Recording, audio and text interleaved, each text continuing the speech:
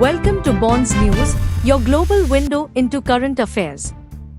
In a significant political development, two major regional parties, the Telugu Desam Party, TDP, led by Chandrababu Naidu, which won 16 seats, and the Janata Dal, United, JDU, led by Nitish Kumar, which secured 12 seats, have announced their merger with the Bharatiya Janata Party, BJP.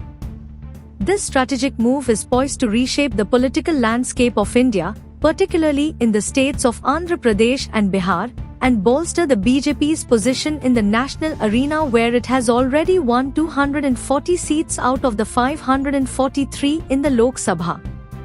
The Telugu Desam Party, TDP, a significant political force in Andhra Pradesh, has had a history of both alliances and rivalries with the BJP.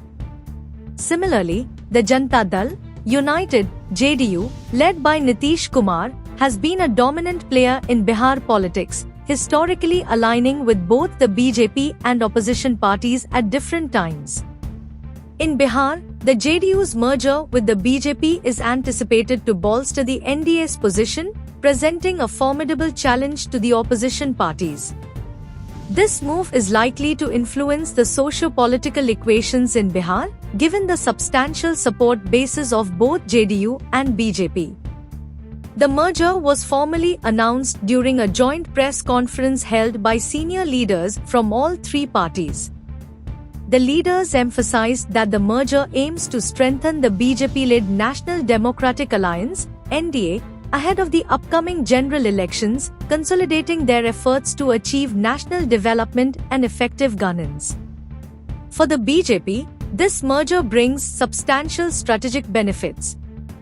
With the addition of 28 seats from the TDP and JDU, the BJP's strength in the Lok Sabha rises to 268 seats. This enhanced presence fortifies the NDA's position, increasing their leverage in legislative proceedings and governance.